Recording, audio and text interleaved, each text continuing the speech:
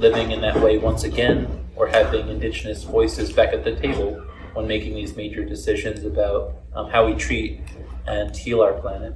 So it's really an educational series, but it's a quick glimpse. I think each film is about 7 minutes long, but it gives you a deep dive into each community, the way that they're relearning and revitalizing their traditions, and how they are healing their personal traditional lands. Thank you. Thank you. Of course. Your questions, ladies and gentlemen. Yes, right here. Hi, Jeremy.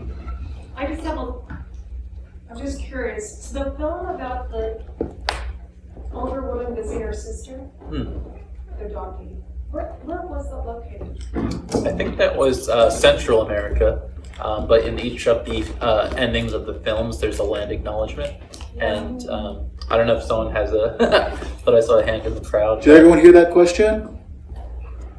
Okay. Yeah. So, but I would just double check. I think most of the Indigenous filmmakers use their traditional language for the land acknowledgements, so they don't have their sort of colonial names today or simplified names. So I'm learning a lot of that as well. At least two of the locations were Maine. Oh yeah, that's very interesting. The Passamaquoddy Nation in Maine, they have a island reservation, and I've been there once before. It's really amazing, but it's definitely a series that reminds us that we weren't on these small reserves. We had much vaster lands, and so I really thought it was amazing seeing all the drone footage of lands that are still preserved and natural. Some more questions? Yes, Susan. So now that you have completed Ma's house, which is spectacular, what is your next move? Do you have another plan for another community? Sure. Well, I'm so grateful you all here tonight, but actually Ma's house is all about bringing people to Shinnecock. And so it's very much in the spirit of our annual powwow, which if you've never been, you definitely have to come. It's different each year. It's a 4-day Labor Day weekend gathering of nations. But I grew up on the Shinnecock territory for 30 years, and I went each year. And I always think about like what happens the rest of the year when people have a curiosity or want to support.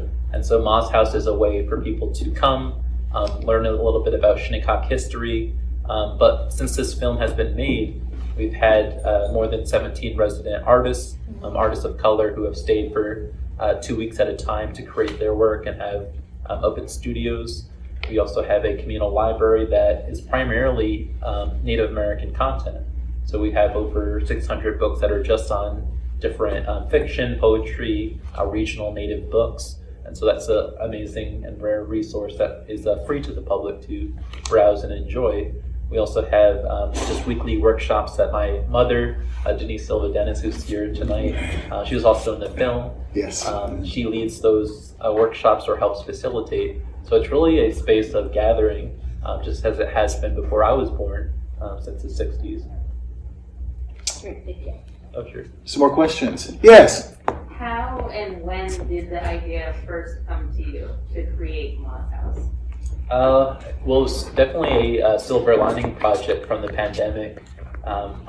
In my personal career as an artist, I was going residency hopping, which usually would entail like staying a place a whole month, going to the next place. They provide housing and studio space.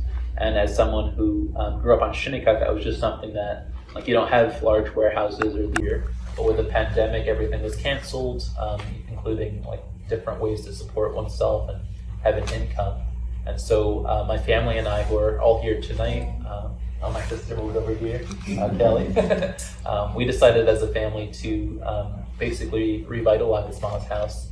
It took a lot of investment, a lot of people contributed, but we eventually thought that through the generosity of these donations, we wanted to give back in whatever way we were able to. And so we dedicated essentially half the house to public programming in terms of exhibits, workshops, a residency program, and different ways that we can just offer Shinnecock tribal members different resources through the arts. And so there was that aspect of it, but there was also the healing aspect of having an art space. And so during the pandemic, I think we really saw the highlight of how people of color were frontline workers. They couldn't just like go to their second house in Hudson, or they couldn't live off their retirement in their 40s. And so really it was that issue on top of the Black Lives Matter movement, the murder of George Floyd, and the fact that both Black and Indigenous communities both need healing and support. And I think the public started to realize that we're not all equal based on both class, race, and many other aspects. And so I think it was a uplifting and inspiring time. And so I think that was what sparked a lot of the contributions to the Moss House Project and people wanting to help shape the space itself. And so since then, we've just had a lot of tremendous support in terms of outreach. Today, Bay Street is just so incredible supporting us tonight. All proceeds from the tickets go directly to Moss House, which is incredible.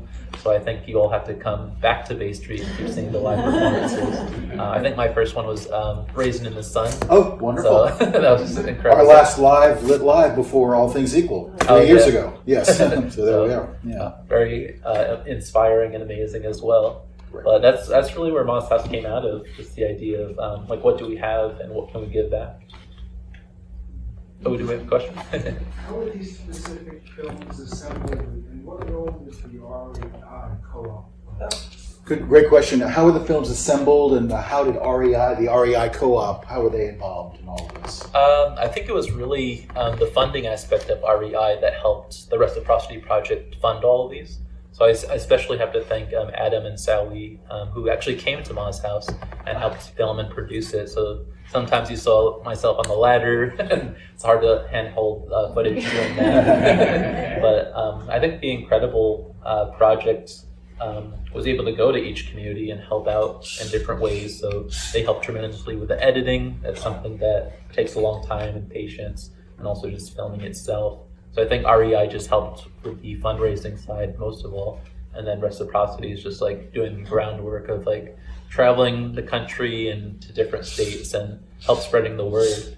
And so this film and the series itself isn't actually streamable at the moment. It's still on the film festival circuit. So there's just like so much passion and support to spread the word about this project, and it's very lively and dynamic.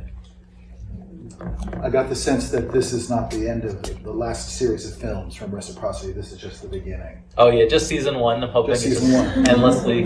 Yeah. Yeah. Absolutely. Yes. I think that was my Oh, I'm question sorry. exactly. Is the initiative is ongoing? Mm-hmm. So if So- we go on to Reciprocity Project, we'll see maybe where things are at. Oh, sure. I think they might not have the next cohort, but they have a new fellowship of filmmakers. So it's a lot of just education and training that is going into different Indigenous communities, and finally allowing them to tell their own stories and be in charge of the lens, which hasn't been true for 300 years. So that's really incredible. Yes. Susan. How did they find you? Did you apply to them, or did they say, Jeremy? Well, there's a new project that Niatero, they're another nonprofit that's helping do this project. Mm-hmm. They actually have a platform where Indigenous filmmakers can apply. They can list their profile, and then if you're like maybe, since I'm from Shinnecock, if I'm doing like a film in Maine, for example, I can just go to their website and find a Passamaquoddy filmmaker or director and work with them. And so this is a great resource to make sure that like the funding, all the things that you're doing is also supporting the Indigenous community where the film's being made. And so I think that's an incredible way to reevaluate, I guess, where our resources are going. And I think I'm learning more and more that there's like a lot of funding in documentary work. I think just like looking at Netflix, for example, you wonder like, where's all the money going? Is it the same people? Or are there people who have incredible stories to tell but aren't given a chance? So I think Niatero is trying to change that dynamic and allow for these new voices. But in terms of my involvement, I was a like behind the scenes photographer for one of their films, and we've just stayed in touch. And since I started Moss House, they reached out, and it kind of fit the theme of just environmental protection. The idea with Moss House is that we're basically refurbishing this 1960 house instead of demolishing it and restarting like many other houses. But the original materials were actually recycled in the first place. So it came from I always forget the name of I guess it's a parsonage. My mom's nodding. But I think it dates back to 1845, the Grace Episcopal Church in Riverhead. My grandfather took those materials, brought them to Shinnecock. And as my father and I were discovering, my dad Avery, a lot of the joists and wall supports are that old growth lumber, which is incredible. So just amazing history just within the bones of the house. Reciprocity.org for anyone who's very interested. Yes. Now that you've started Moss House, have had some artists come in selecting artists and having residencies, have you found your own artwork impacted? What types of experiences have you had there? Well, my partner and I, Brianna Hernandez, she's waving. We're both artists, and we actually met at a residency. And so I think the thing that we value most is that networking opportunity and supporting other artists and just the value that residencies provide. And so we both want to return to that routine and getting that experience, but also offering that to other artists of color where we are. So we're definitely continuing with our practice. I think it's something that is just in parallel rather than interrupting our time in the studio, for example. A few more questions. Oh, question. Yes. Oh. Oh, sorry. What has the reaction been within your community to your wonderful work in Moscow? I think one of the big benefits is just the idea of cross-cultural exchange. So Suffolk County is still one of the top 10, I believe, most segregated counties in the country, just based on class and race. And that's true for Shinnecock. So everyone who lives there is either Shinnecock enrolled or they're a partner of someone who's Shinnecock. And so it just turns into something where like you don't interact or you don't intermingle with people outside of your bubble in all these different spaces. And so having a residency is such a benefit because it reminds you of the goodness of other people, the creativity, the potential. And each one of our public events are usually attended by probably 50% or more Shinnecock tribal members. So it's really a great way to just have this free resource to come, enjoy the arts and many other things that we provide. There was another question? Yes. You mentioned that Ma's House came out of what was a silver lining as a result of COVID. And it seems that many of the films were also made during COVID. Did Reciprocity come from COVID? It's a great question. Did Reciprocity come out of COVID, since so many of the films seem to have come out of that experience? Yeah, it's a great question Yeah. because I think all the films were produced around the same time. So when I was invited, I didn't have any footage. I started with my GoPro and just kept recording, and then they came to aid. But I would definitely go to reciprocityproject.org and go to their about page and see like when did they create the project and did it have that connection to the pandemic? You know? What's apparent, Jeremy, is that you have a real buy-in is not the right word, but it is in many ways that you seem to be more than just an artist that was featured in a film, but you really know the goings on of the organization. Is that true across the board, or is it because you started off working with Reciprocity to an extent? Well, I think they have like a headquarters in Boston, so I think that proximity helped just create that connection and have that in-person assistance actually. I see. But I think a lot of the directors who are indigenous, like some of the films were in Hawaii and in Cherokee territory, so I think it was just the idea of like we're always there, we can be on the phone or on Zoom with you if you need us, but I think for my film, I even sent them the footage and they helped edit much of it. So it's just like so much wanting to help spread these stories. That's what went into it. It's a wonderful organization, obviously, and I've been in touch with them a lot, as you might imagine, over the course of putting this all together, and they've been so helpful and collaborative every day. Yes? Jeremy, it was a wonderful film, and this is a wonderful event. And I guess I just wanted to say how moved I was by the films that brought some of the native and indigenous spiritual traditions and connections to the planet. Particularly, I'm a follower of Paul Henry's and his wonderful nature photography and that morning sunrise ceremony. And then I think all of the films had that at their core, and the Hawaii as well. I guess that's not a question. I just want to say thank you.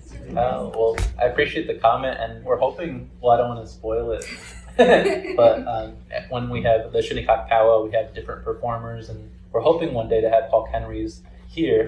He's just an incredible talent and incredible person as well. Wow, that's awesome. Final thought from anyone? Yes, maybe 2 final thoughts. Here we go. Yes, sir. When's the next event at Moss House? Oh, that's a good question.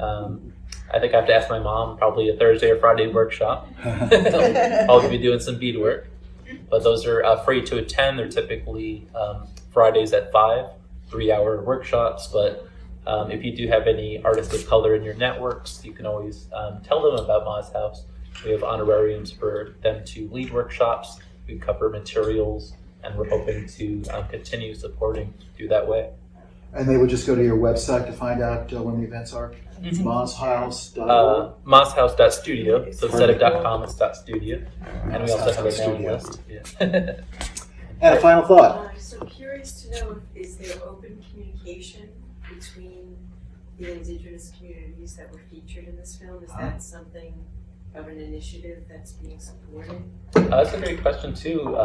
Well, a lot of us are representing our nations in different ways, but during the film festival circuit, I actually got to meet a lot of them at the Montana Film Festival, Big Sky. So we were all there in person, we were all in the theater, and just tremendous to see all the support and people coming out in this very small town. So I think that was the first time we all met in person, but we hope to continue through the Neotero networking platform, just to like, if someone's filming in this area, I'll go out and help, and vice versa. Thank you so much, Jeremy. Oh, well, thank you all. Thank you all again for joining us. Please, if you have time, in the lobby, we have Jeremy's exhibit, Views of Shinnecock. Have a beverage of your choice while you're viewing the wonderful photography in our Bay Street lobby. Thanks again for being here.